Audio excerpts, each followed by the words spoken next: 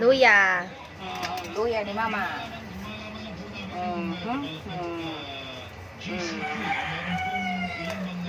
Pinayagan na po under the general community quarantine, pero meron pa rin po ilang mga Tama na muna ito.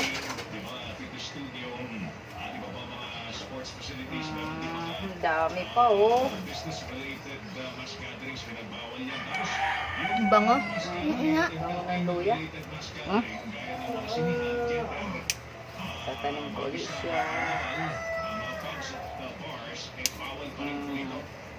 Sa lahat, sitio o GCPCQ, Secretary, would you know ilang porsyento po ng Luya na natin doon.